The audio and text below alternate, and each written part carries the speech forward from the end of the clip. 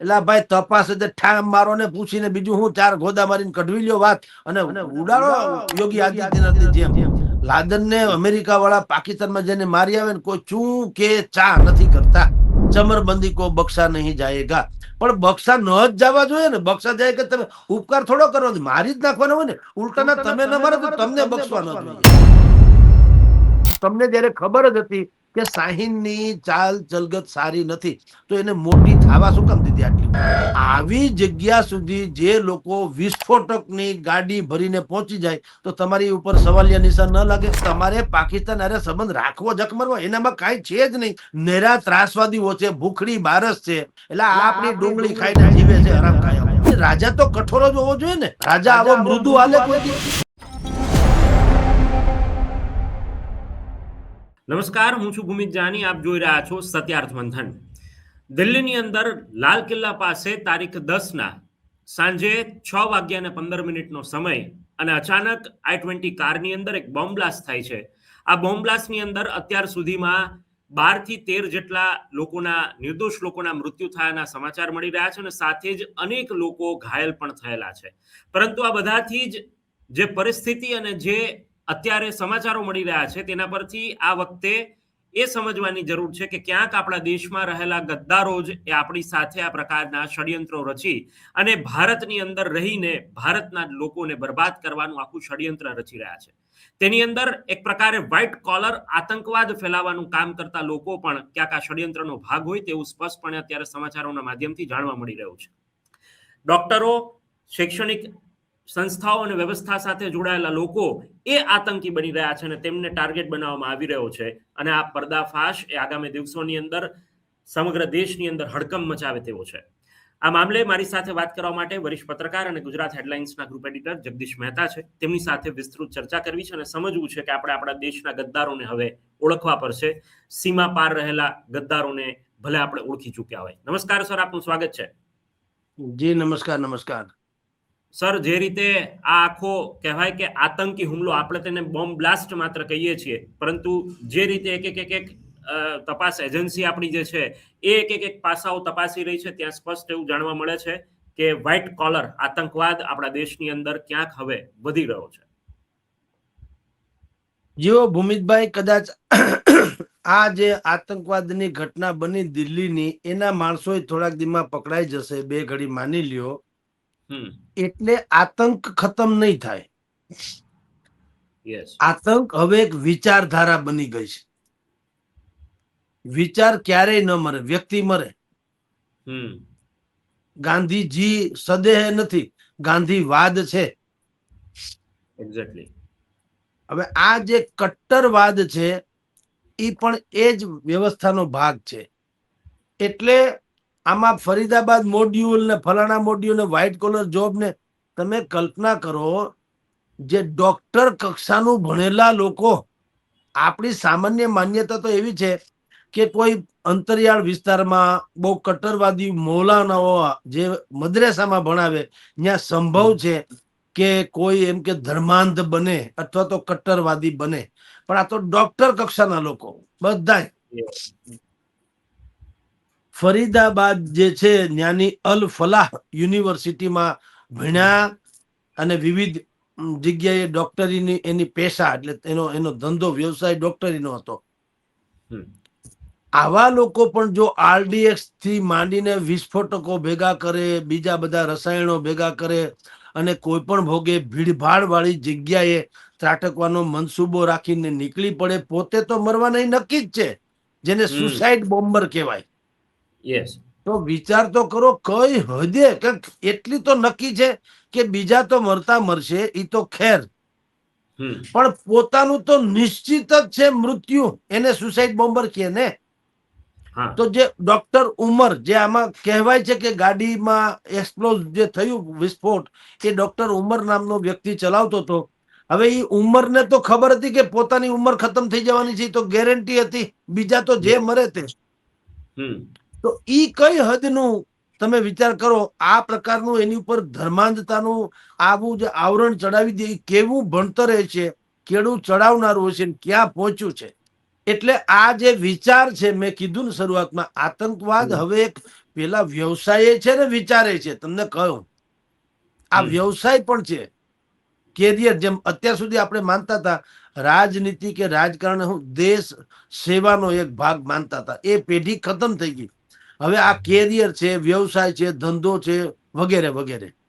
એવી રીતે આતંકવાદ એક જમાનામાં, જેને આપણે અહીંયા હજી નક્સલવાદ કરીએ છીએ કે ભાઈ તંત્રથી વિરુદ્ધમાં જે લોકો હોય, તંત્ર વાળા બહુ એમ કે હેરાન કરે તો લોકો પછી બગાવતે નીકળી જાય, એને નક્સલવાદ કહેવાય.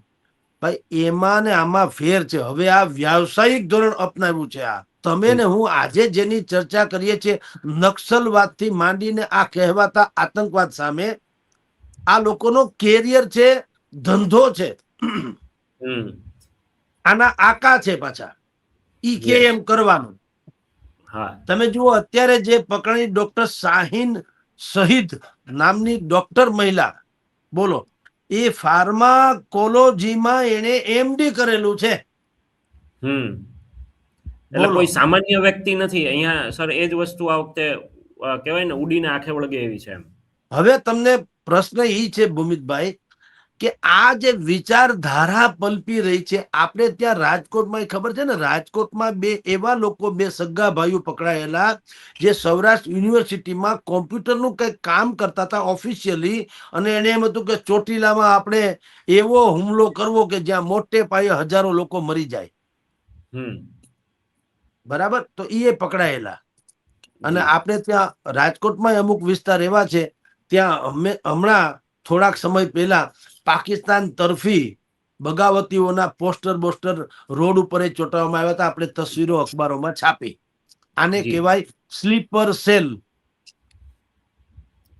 અથવા આપણી ભાષામાં કહો તો ભારેલો અગ્નિ. ચોક્કસ. એને હવા નાખો ને એટલે ભડકા થાય. આ ભારેલો અગ્નિ છે બધો. ડોક્ટર શાહીન શહીદ એ લખનૌમાં રહે છે, લાલબાગ વિસ્તારમાં, લખનૌમાં.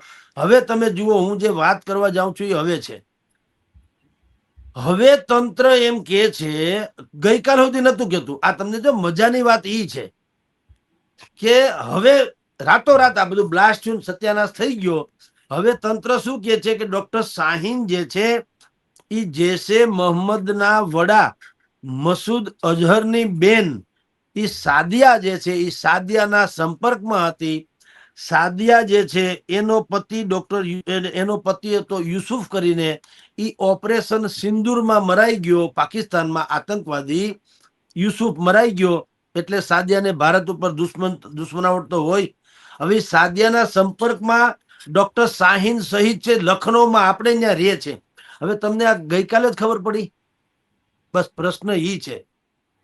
તમને કાલને કાલે અને પડી, પણ કાલને કાલ કેમ ખબર પડી ગઈ? અને તમને પહેલેથી ખબર હતી તો એને ઈ રાખી જખ મારવા. હું તો એટલું જ કહું, તમને ખબર છે કે જે અઝહર મહમૂદ, મસૂદ અઝહર, એ આતંકવાદીઓના સંપર્કમાં હોય, ઈ હારા હોય કોઈ દી? પેલી અહીંયા કઈ હનુમાન ચાલીસા બોલે કે કુરાનની આયાત બોલે કોઈ દી? ઈ મારી નાખું, કાપી નાખું, એવી જ વાત હોય ને, સ્વાભાવિક છે. તો તમારી ઇન્ટેલિજન્ટ ફેલ્યુઅર ન ગણાય? તમને ઈ ફોન કર્યા હશે, સંપર્કમાં કઈ રીતે હોય? રૂબરૂ તો જવાનો પ્રશ્ન નથી આવતો, તો બાય ટેલિફોન જ હોય ઓબ્વિયસલી. તો તમે બધી જે આપણી ગોપનીય એજન્સીઓ જે છે એને ઈ ત્યારે ખબર કેમ ન પડી? અઠવાડિયે 10 દી પહેલા કે મહિના દી પહેલા, 2 મહિના, કાલને કાલ તો સંપર્કમાં આવી એવું તો છે નહીં. હવે તો ત્યાં સુધી કે છે કે આ ડોક્ટર શાહીન જે છે ઈ હવે શું કરતો હતો, તો ઈ અહીંયા ભારતમાં આ જે જૈશે મોહમ્મદની મહિલા પાંખ છે એની નેતૃત્વ કરતી હતી, બધાની ભરતી કરતી હતી. આ કેવડો મોટો આયામ છે, તમે જુઓ, રાતોરાત થઈ જાય. આખું ષડયંત્ર એ ઘણા સમયથી આ ઘડાતું હતું ને એવું કહે છે કે ઘણા બધા બ્લાસ્ટ આ પકડાના એટલા માટે આવું થયું, બાકી તો એ બહુ મોટું ભયંકર એનું પરિણામ આવ્યું હતું. એમની પણ તમને આ શાહીનની આવી તથાકથિત ગતિવિધિઓની ખબર હતી તો ઈ ક્યાં માસીન છોકરી છે? તમે પકડાઈને પૂછાય નહીં કે ભાઈ આજે મસૂદ અઝહરના તમે સંપર્કમાં છો? મસૂદ અઝહર ક્યાં કોઈ મોટો નેતા છે કે કોઈ અહિંસાવાદી છે? નેરો ત્રાસવાદી છે તો જગ જાહેર છે, ઇન્ટરનેશનલ ત્રાસવાદી છે. તો એના સંપર્કમાં હોય તો આપણી એજન્સીએ પેલા કાં ડોક્ટર શાહીનને ધૂળ ન કાઢ નાખી? નહીતર હજી કઈક મોટો પાયે આજે 18-20 જણા 12 જણા ઓફ થઈ ગયા દિલ્હીમાં, એ કમસે કમ કદાચ બચી ગયા હોત. આ એક્ઝેક્ટલી. તમારા બધા જે કઈ એના ગુણધર્મો હોય, આપણે ભલે બહુ ઇન્ટેલિજન્ટ નથી અને બહુ આપણે ઇન્ટેલેક્ચ્યુઅલી ખપાવવાની ગણતરી નથી કરતા, કે આપણે એમ નથી કહેતા કે આપણને જ બધો ટપ્પો પડે, પણ હું એમ કહું કે શંકાનો પરિઘ જરાક પર સંદેહ લાગે તમને મારામાં પણ, તો પૂછી લેવામાં વાંધો હું. સાચી વાત છે. આ સત્યના અને થઈ ગયા પછી બધી ખરખરા કરો એનો શું મતલબ? 12 જણાની જાન ગઈ કે નહીં, એમાં જી. મરનારામાં મુસ્લિમ પણ છે. એટલે હા. આપણે કોઈ કોમવાદનો તો પ્રશ્ન નથી આવતો. આતંકવાદને જેમ કે છે કે કોઈ કોમ નથી હોતું, આમાં જે મરી ગયા એમાં મુસલમાન છે. હમ. તો સવાલ એ છે કે જે લોકો ગુજરી ગયા એનું શું? હવે તમે અત્યારે ભલે ગમે શાહીનને હવે ફાંસીએ ચડાવી દો, ઓલા 12માંથી એકે તો જીવવાના નથી, તો આ પહેલેથી જ આ હરામ ખાયા હતા, તો પહેલાથી તમે 5 ડોક્ટર થી માંડીને જે કોઈ અત્યારે હવે એક પછી એક ધરપકડ કરો છો. ગુજરાત ATS હમણાં 3 જણાની ધરપકડ કરી, રાજસ્થાન બોર્ડરથી આવતા, પાકિસ્તાનથી સરહદેથી આવતા હતા, આમને તેમના અડાલજ સુધી પહોંચી ગયા અમદાવાદના, બોલો. અને પ્લાન શું હતો? ચારે કોર એટલી ભીડભાડ વાળી જગ્યાએ બ્લાસ્ટ કરવા અથવા હુમલો કરવો અને સેંકડો લોકોને મારી નાખવા. હવે એને આ લોકો લઈને ફેર્યા કરે છે વિધિ તપાસ માટે, પૂછડા માટે, ઢીકણા માટે. એટલે ભાઈ તપાસ એટલે ઠામ મારો ને પૂછીને બીજું હું 4 ગોદા મારીને કઢવી લ્યો વાત અને ઉડાડો યોગી આદિત્યનાથની જેમ. આપણી જે આ પરિસ્થિતિ છે ને આપણા દેશમાં જ છે.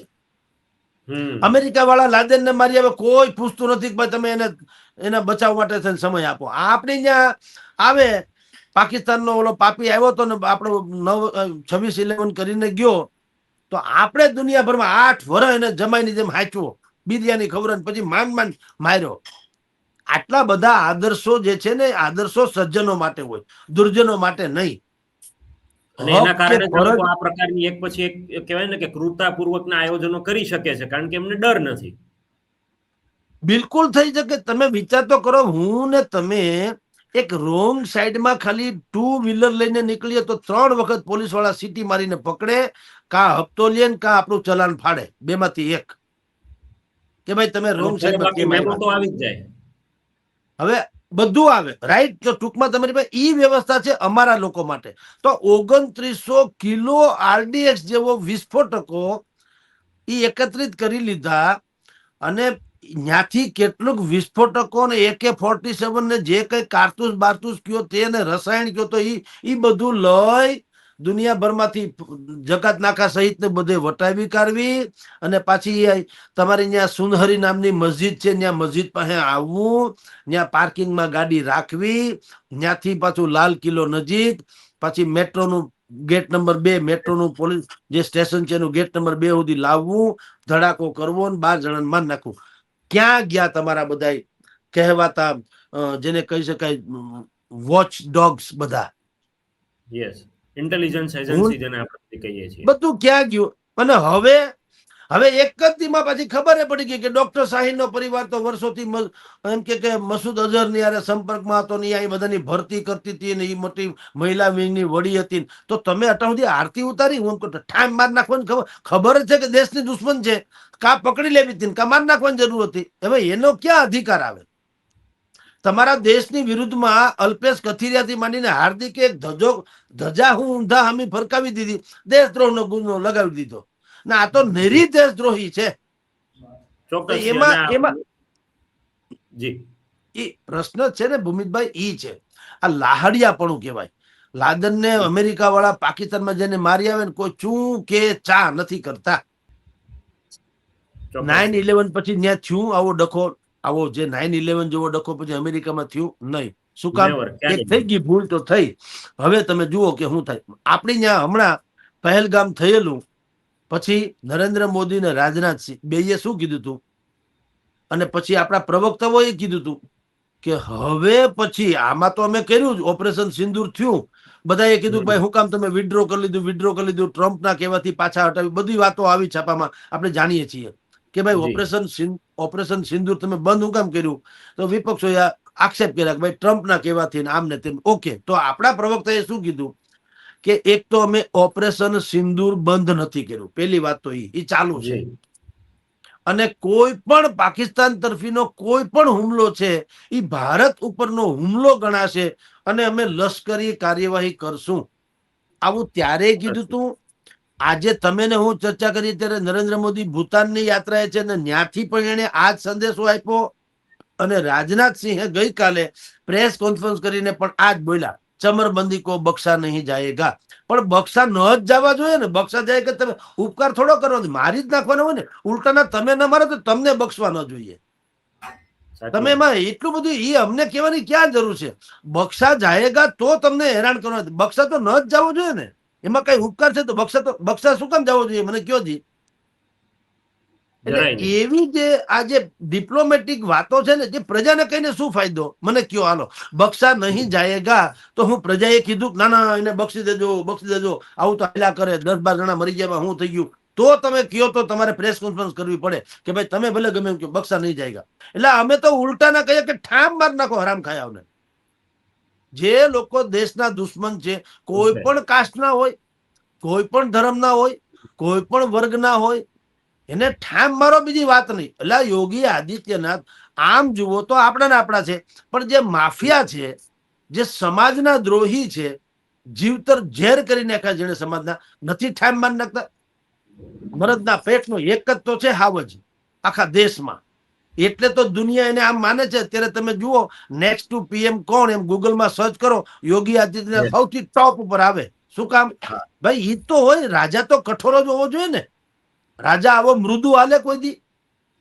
તો એની જેમ એમાં ઈ તો હજી મેં કીધું એમ કે કમસે કમ ભલે માફિયા બાફિયા પણ આમ જુઓ તો ભારતના છે, તોય એવો કડક કાયદો એને કર્યો. કારણ કે ભારતના હોય એટલે એને કઈ અપરાધ કરવાની છૂટ તો ન હોય. પણ એને જે લોહ પુરુષની જેમ વાત કરી યોગી આદિત્યનાથ, તો આખે આખું માફિયા લેસ ઉત્તર પ્રદેશ થઈ રહ્યું છે. એવી રીતે આ તો નૈરા ત્રાસવાદી છે. એને તો દેશના દુશ્મન છે. આજે 12 લોકો ઓફ થઈ ગયા જે આની બ્લાસ્ટમાં, એમાં મુસ્લિમ માણસો ભારતના જ લોકો ઓફ થયા. એમાં ક્યાં કોઈને કનેક્શન હતું આતંકવાદ સાથે? તો બિચારા હરવા ફરવા કે કોકને ઓલા બે ભાઈઓ મળવા ગયા હતા એકબીજાને, એકનો એક આધાર હતો. બધાને મુસલમાનનો ભાઈ મરી ગયા, એમાં એવું જ છે. તો બધા એ ટાઈપના જ હતા નિર્દોષો. હવે એનો કોઈ વાંક ગુનો ખરો મને કયો? અને હવે તમને રાતોરાત ખબર પડી ગઈ કે શાહીનબાઈ આવી છે ને એનો વર આવો છે ને એનો ફલાણો. તો તમે અત્યાર સુધી શું કર્યું? મને એમ, તમને જયારે ખબર જ હતી કે શાહીનની ચાલ ચલગત સારી નથી, તો એને મોટી થાવા શું કામ દીધી આટલી મોટી? એને ધરપકડ કરીને કમસે કમ જેલ બેલમાં નાખી દીધી હોત, એનું નેટવર્ક ખોરવી નાખ્યું હોત, અને ત્યારે તમે પ્રેસ કોન્ફરન્સ કરી હોત તો ઠીક હતી. હવે કરો તો શું થઈ ગયું? જબ ચીડિયા ચૂક ગઈ ખેત, અમારા 12 તો મરી ગયા અને હજી 24, 40 જણા ઘાયલ છે. ભગવાન એની રક્ષા કરે, નહીં એમાંય સંખ્યા વધે એવી દહેશત છે. તો સવાલ એ છે કે આ મોડ્યુલ જે હવે છે, મેં આની વાતની શરૂઆત તમને ભૂમિતભાઈ ઈ કરી કે હવે આ વિચારધારા છે આતંકવાદ, અને એક વ્યવહાર છે, ધંધો થયો છે. ઈ ધંધામાં બધા પાર્ટનર છે. બાંગ્લાદેશે છે ને અમેરિકા છે પાર્ટનર છે, એમ કઉ છું. આમાં અમેરિકાનો ધંધો શું છે કે ડોડા બનાવે છે, નૈકરા હથગોળા જ બનાવે છે, શસ્ત્રોનો ઉત્પાદકો દેશ છે. તો શસ્ત્રો શેના માટે હોય? શાંતિ માટે શસ્ત્ર હોય? સત્યાનાશ કરવાનો ધંધો. એટલે ઈ હુસ્યો કરે પાકિસ્તાનીઓને, બાંગ્લાદેશના રોહિંગ્યાઓને, બીજા કોઈ ત્રાસવાદીઓને કે જાઓ કાશ્મીરમાં, આ તો રેઢું પડ છે, ઠપકારો, બીજી વાત નહીં. તો અહીંયા આવીને આપણા નિર્દોષને 5-5 માન નાખે. વળી પાછા ઈનો પુષ્પાંજલિ આપે ને તમારી પર સાંત્વના આપે. અમે ભારતની હારે છે. હારે નથી, હામે છું, હરામ ખાયાઓ. એટલે ભારતે હવે કોઈની લાજ કાઢવાની જરૂર નથી. આપણી રક્ષા ઇઝરાયલની જેમ કરવાની જરૂર છે. જી ભૂમિતભાઈ. સર, જે રીતે તમે કહી રહ્યા છો, આખી વાત કરી, ઘણા બધા લોકો એવું કહેશે, અને ખાસ કરીને હું માનું છું ત્યાં સુધી સત્તા પક્ષના લોકો તો એવી જ વાત કરશે કે જગદીશ મહેતા અને આ માધ્યમો અત્યારે એ પ્રકારની ચર્ચા કરે છે જ્યારે આટલા આતંકીઓના આ બધા જે સંગઠનો છે તેના સમાચારો બતાવી રહ્યા છીએ, એક પછી એક મોડ્યુલનો પર્દાફાશ થાય છે, ઇન્ટેલિજન્સ કામ કરે છે, અને આ લોકો આવા સમયે એનું કહેવાય ને મનોબળ વધારવાની જગ્યાએ એના પર સવાલ ઉઠાવે છે. તો આ મામલે તમારું શું માનવું છે? કારણ કે આવા લોકો કહેવાના જ છે અને આવું જ કહી રહ્યા છે. જે માધ્યમો આવી ચર્ચા કરે એમને આવું જ આ પ્રકારે તેમને ટ્રોલ કરાય છે. હાલો ભૂમિતભાઈ, એને કયો કે કામ કરો. આ 12 જણા ઓફ થઈ ગયા, એમાંથી એકાદ જણાના કા તમે દીકરા થઈ જાવ, કા એમાંથી એકને જીવાડી દો, એટલે તારો દીકરો તમારે વખાણ કરીને થાકી જાય એમાં. હાલો, એટલે ખરખરા કરે શું થાય? હું હંમેશા કહું, છાતી કૂટે મળદા બેઠા ન થાય. તમે કરો છો તે ઉપકાર કરો છો. તમારી હવે એજન્સીઓ તમે આમ લખો અમિત શાહ હાઈ લેવલની બેઠક, એ તો હાઈ લેવલની જો ને, મને થોડા બોલાવે. અમિત શાહ ગૃહમંત્રી દેશના છે તો ઈ એના લેવલના લોકોને જ બોલાવે, મને બોલાવીને શું કરે? મરચા ખાંડે. એટલે ઈ બધી બેવકૂફાઈ છે. હવે શું કામ નહીં પડે એમ કઉ છું. તમે આગ લાગે પછી કે ના ના જો અમારી એજન્સીઓ મંડી છે કામે લાગવા, હવે અમે ધરતીની તપાસ શરૂ કરી છે, કેના પેટાળમાં પાણી છે એ શોધી કાઢીને તાત્કાલિક મજૂરોને કામે લગાડી દેશું, પછી ઊંડો ખાડો ગળવામાં આવશે, જ્યાં સુધી પાણી ન નીકળે ત્યાં સુધી કામ ચાલુ રાખીશું, પછી એમાંથી પાણી ભરીશું, પછી અમે જે છે ફાયર બ્રિગેડના જે આખો બંબો છે એમાં પાણી ભરીશું, એના ટાયરમાં જો કઈ પંચર બંચર હોય તો ટાયર હાંધી નાખશું, પછી એમાં ડીઝલ પુરાવા જશું, ડીઝલ પુરાવી લેશું, પછી ડ્રાઈવરને કહેશું ફાંકી બાકી તારે ખાવાની નથી થતી, તારે તું તૈયાર પેલા 4-5 ફાંકી બંધાવી રાખ, કારણ કે જગદીશભાઈ આગ લાગી. એવું હોય તો બાપ બધું ભડકે ભળે. આવું હોય કોઈ દી? હવે એને હું તમે એમ કેવાય કે ભાઈ આ બધું કામે તો લાગી ગયું, હવે જગદીશભાઈ તમે એનું મોરલ કા ડાઉન કરો, એટલે તમારામાં છે જ ક્યાં મોરલ થી ડાઉન કરે? તમને ખબર છે. હવે હું તમને એ કહું છું કે ડોક્ટર શાહીન શહીદ આટલી મોટી બાઈ છે કે જે એ મસૂદ અઝહર ઇન્ટરનેશનલ આતંકવાદીના સંપર્કમાં છે, અહીંની મહિલા પાકની વડી છે, એ ભરતી કરે છે. તો શેના માટે ભરતી કરે? રામધૂન માટે. તો તમને ખબર બધી હતી તો તમે ચૂપ રહ્યા જખ મરવા. હું તો એટલી જ વાત કરું છું. એટલે મોરલ શું ડાઉન કરે? તમે એટલે ભલામણ કઈ થાવું ન જોઈએ તો તમારી વાત સાચી. અને જે આપણે આની પહેલા જમ્મુ એન્ડ કાશ્મીર પોલીસે જયારે 5 લોકોને ધરપકડ કરી ત્યારે આપણે 2 હાથે સલામ મારી કે સારું થયું કે આને 2900 કિલો વિસ્ફોટકો, પછી એની પાસેથી બાકી જે છે એના ઉપકરણો મળ્યા, એના અમુક પ્રકારના કેમિકલ મળ્યા. તો સારું થયું કે બહુ મોટો હાદસાને થતો અટકાવી દીધો. તો આપણે સલામ મારી, ભાઈ પોલીસને ધન્ય હો. તો આપણે ત્યાં ત્યારે ન કીધું કે આ મોરલને આ લોકોએ બિલકુલ સારી રીતે સપોર્ટ કર્યો. આમાં એવું છે સરકાર હોય કે કોઈ પણ વક્ર દ્રષ્ટા છે ને એને કોઈ દી સીધું ન દેખાય. તમે જોજો કેટલાક લોકોને તાજમહાલ જોવાની ટિકિટ માંડ મળી હોય તો ત્યાં જઈને શું કે આ મિનારો બરાબર આના કરતા આમ હોતો વધુ સારો હતો, લે હાલે. એટલે તને ટિકિટ જોવાની માંડ મળી તોય કે હવે આમાં ભૂલ કાઢવી એને શું કરી લેવું? એટલે એ મીડિયા આલોચના કરે છે, નરી આલોચના નથી કરતા. હું સમજુ છું. મને તમે જવાબ આપી દો તો તમને કહું કે તમને ખબર છે કે ડોક્ટર શાહીન શહીદ આ ટાઈપની બાઈ છે, તો તમે અત્યાર સુધી એને ચલાવી શું કામ? એ સંપર્કમાં છે તો સંપર્ક તો ક્યાંક થયો હશે તો વાયર લેવલ થયો ને, કમસે કમ મોબાઈલમાં થયો છે. તમે લોકો ઇન્ટરસેપ્ટ નથી કરતા દુનિયાભરના? અમારા ફોન અત્યારે કરો છો કે હું કોની યાર હું વાત કરું? ગોપાલની પાસેથી પૈસા નથી લઈ લીધા ને? ઝેરાસી બાપુની પૈસા નથી લઈ લીધા ને? નથી કરતા. તો તમે અમારા હાથે કરો છો. આ શાહીન માસીનો કર્યો હોત તો જાન છૂટત, 12 જણા બચી ગયા હોત કે નહીં? એક તો આખી દુનિયામાં આપણી કિરકિરી થઈ કે તમે વિચાર કરો, દિલ્હી જે દેશની રાજધાની છે એમાંય લાલ કિલ્લો જે સંવેદનશીલ વિસ્તારમાં આવે, એમાંય પછી મેટ્રો નું સ્ટેશન ગેટ નંબર 2, હવે ભીડભાડ વાળી જગ્યા, આવી જગ્યા સુધી જે લોકો વિસ્ફોટકની ગાડી ભરીને પહોંચી જાય તો તમારી ઉપર સવાલિયા નિશાન ન લાગે કે આ રેઢું પડ નહીં હોય? નહીતર આવું ઘરે કોઈ અહીંયા સુધી પહોંચી શકે? હું ને તમે શાકભાજીમાંથી કોકમાંથી મફત રીંગણા લીધા હોય તો બહાર નીકળતા શરમ આવે આપણે કે નહીં મેળ પડે. વખત છે ને ક્યાંક થયું હોય તો 2 રીંગણા ખરેખર લઈ લીધા હોય તો લેતા તો નથી, પણ લીધા હોય તો એમ થાય કે કોકનું ધ્યાન ગયું હશે તો આપણી આબરૂ જાય. તો આ એવડો મોટો વિસ્ફોટક લઈને અહીંયા સુધી પહોંચી ગયો તો તમારું કહેવાતી એજન્સીઓ ક્યાં ગઈ?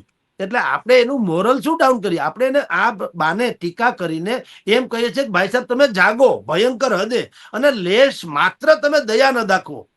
તમને ખબર છે કે આ 5 ડોક્ટર જે છે એ અલ ફલાહ યુનિવર્સિટીમાં છે ને, એ બધા રાતોરાત તો ગુંડા નહીં બની ગયા હોય. તો એને આવું કઈક જો 2900 કિલો વિસ્ફોટ છે, રીંગણા ટમેટા તો નથી કે ઓળો કરવા ભેગા કર્યા હોય. આ વિસ્ફોટકો જે છે કાયદેસરનું RDX જેવું છે, એ ક્યાંકથી તો મેળવ્યું છે. તો તમારી ઇન્ટેલિજન્સીમાં કાંઈ કોઈને ટપો ન પડે. પછી આ 5 જણા જે છે ડોક્ટર, એકની તો હમણાં હગાઈ હતી ઉંમરની અને લગ્નની વાતો હાલતી હતી. એની પત્ની છે UPSC નું ભણે છે, તો એને પૂછતા રાતોરાત બધું થઈ ગયું હોય. આ પતિની આ ટાઈપની વર્તણૂક છે, એમાં કઈ સંદેહ ન લાગ્યો હોય? તમે કલ્પના તો કરો કે એ માની શકાય એવું છે ખરું? હું સમથિંગ માની લો આતંકવાદી છું તો રાતોરાત હું કઈ ને કઈ કાંઈક તો મારી ચહલ પણ શંકાસ્પદ લાગે નહીં ઘરમાં કે ભાઈ અત્યાર સુધી આનંદ મંગળ થી આવતા હતા, હમણાં કેમ ગુમસુમ રહે છે, હમણાં કેમ કઈ બોલતા ચાલતા નથી, હમણાં કેમ અમુક ટાણે ફોન આવે તો બહાર વયા જાય છે, કા ધાબે ચડી જાય છે. અમુક જે કલ્પના ન હોય એવા લોકો કેમ આને મળવા આવે છે, એવું કંઈક મારી વર્તણૂક થાય. આ તો કઈ સીધી વાત તો છે ને, કઈ આપણે ઘરે કઈ હનુમાન ચાલીસા કે રામધૂન તો બોલાવવાની હતી નહીં, બધા ભેગા થઈને ઘરે ભજીયા બનતા હોય ને આતંકવાદની વાતો થાય, એવું તો હોય નહીં કે ભાઈ તમે તારા ભજીયા બનાવો, આપણે હવે ક્યાં બ્લાસ્ટ કરવા એ આપણે આ યોજના ઘડી કાઢીએ, એવું જાહેરમાં તો હોય નહીં. તો તમારે જાહેરમાં ન હોય તો ખાનગીમાં ક્યાંક જવું જ પડ્યું હોય તો તમારા ઘરનામાં કોઈને સંદેહ ન જાય એવું બને. હવે એક બાઈ છે પકડાણી છે, તો આમાં મરી ગઈ કે પકડાણી છે, એના પિતા હું કે 1.5 વર્ષથી મારા સંપર્કમાં નતા.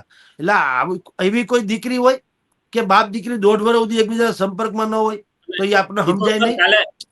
એમનું તમે જેમ કહો છો, એમના ફાધર છે, તો મીડિયામાં સ્ટેટમેન્ટ એવું પણ આપે છે કે મારી દીકરી આવું કરી જ ના શકે, મારી દીકરી આમાં હોય જ કરી નહીં. ના શકે. હાલની માની લે કરી ના શકીએ, પણ તમે એવા કેવા ફાધર છો કે 1.5 વર્ષ સુધી તમારી દીકરીનો સંપર્ક ન થાય તો તમને છાતીએ પાણી હોય કે એનો વાંધો નહીં. આપણી દીકરી ખાલી ટ્યુશન ક્લાસીસમાંથી 15 મિનિટ મોડી આવે તો આપણો જીવ તાળવે ચડી જાય કે બેટા શું થયું હશે. તમે 1.5 વર્ષથી સંપર્કમાં નથી, એનો અર્થ શું થયો? એટલે આ માનવું ને એ જ માથાકૂટ છે. પેલી વાત તો એને તો ખખેરો ને તો જ મેળ પડે. હવે આ જે પરિસ્થિતિ છે, આપણે આપણી ભાષામાં વાત કરીએ, પણ મૂળ વાત એવી છે ભૂમિતભાઈ, આપણે છે ને ઓપરેશન સિંદૂર કરીને જેમ બધું કરી નાખ્યું, પછી અડધેથી પાછા વળી ગયા, પછી વાતું કરી કે હવે પછી દેશમાં કાંઈ પણ થાય તો અમે આમ માનશું. પણ તમે એ દેશ હારે રેમા ક્રિકેટ ટેસડા કર્યા, વળી પાછી હજી વાતું ડિપ્લોમેટિક થાય કરો છો, શું કરો? પાકિસ્તાન ક્યાં માસીનું છોકરું છો, એટલે એની પાસે હોય પેદા કરવાની તાકાત, એક દિવાલ ચડીને જવા દો ને ગોને મરતી, એને હું કામ તમારે પડોશી બદલે નહીં જાતે? તો ઈ કા નથી બોલતા? તમે બોલો છો પડોશી બદલે નહીં જતા, આપણે છીએ ને એના, તો એને કા ભય નથી લાગતો કે આવો ગમે એમ છે પડોશી બદલે નહીં જાતે, આપણે બદલાઈ જાવ ને તો માન નાખશે, કા નથી થતું?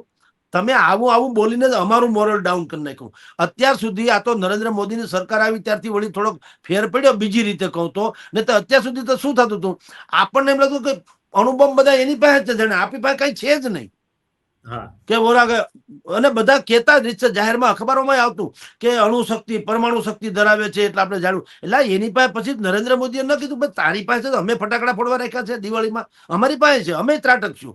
તે દિવસથી વળી વટક વળ્યું. ભલે બધી ઘર્ષણો વધ્યા, વિપક્ષો ગમે એમ કે, પણ આ માણસ નરેન્દ્ર મોદી એની હાકમાં હાક પૂરવીને વાત કરતો થયો ત્યાંથી એટલો ફેર તો પડ્યો.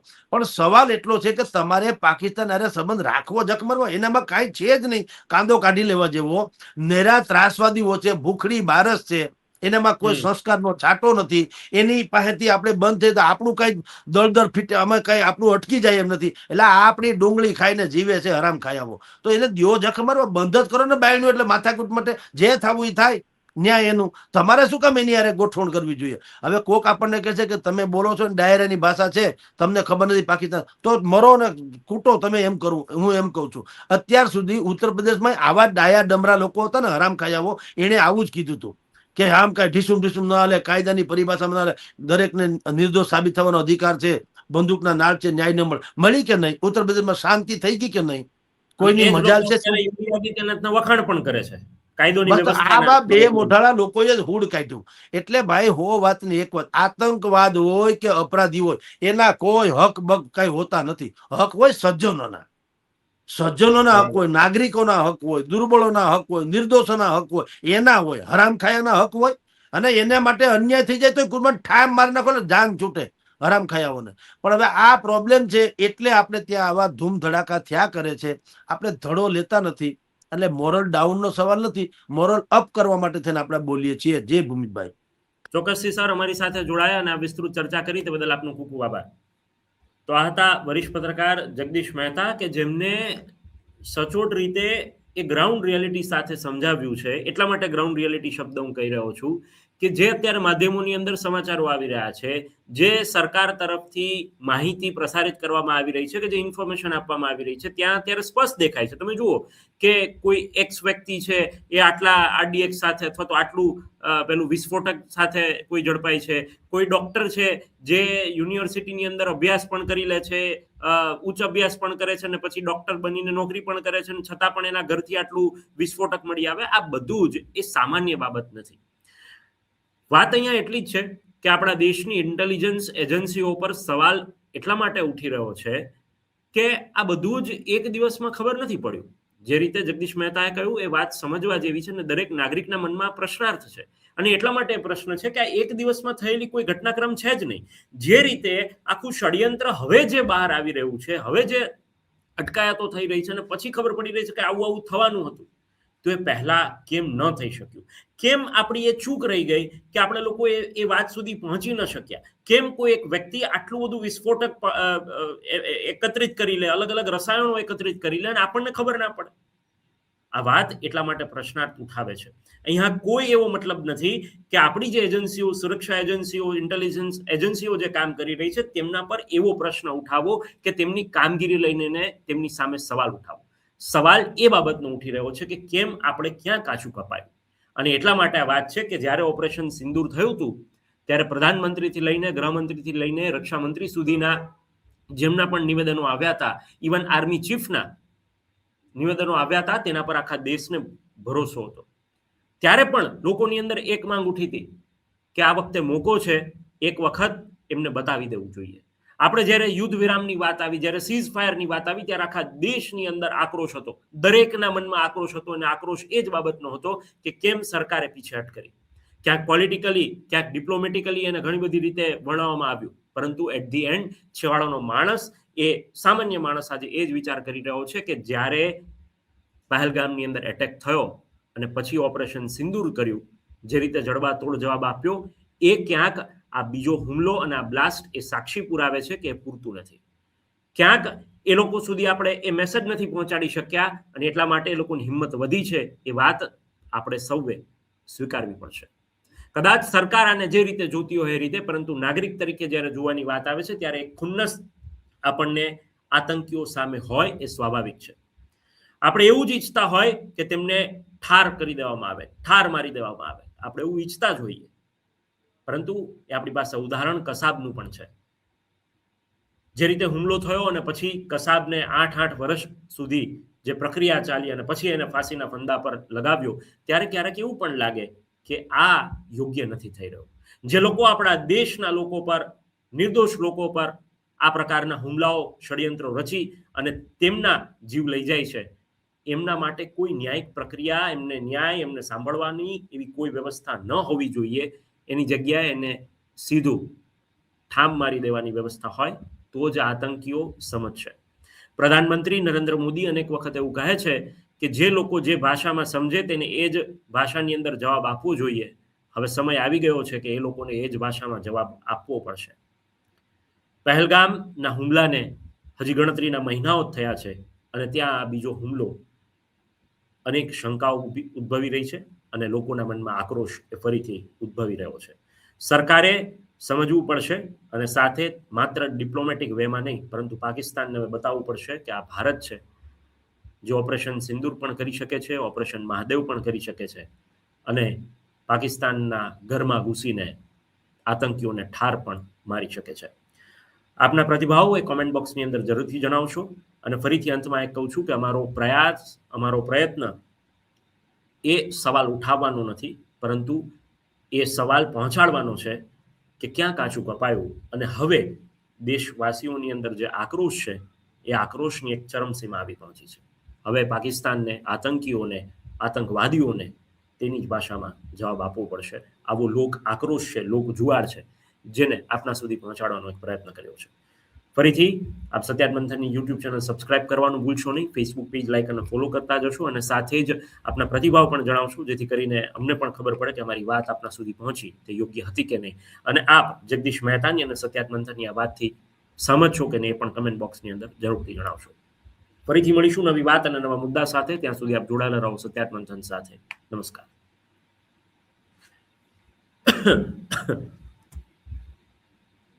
સત્યાર્થ મંથનની યુટ્યુબ ચેનલ સબસ્ક્રાઇબ કરવાનું અને બેલ આઇકોન પ્રેસ કરવાનું, સાથે જ સત્યાર્થ મંથનનું ફેસબુક પેજ લાઇક અને ફોલો કરવાનું અને ઇન્સ્ટાગ્રામ પેજ સાથે જોડાવાનું પણ આપ ચૂકશો નહીં. અત્યારે બસ આટલું જ. મને આપશો રજા. આપ જોડાયેલા રહો સત્યાર્થ મંથન સાથે. નમસ્કાર.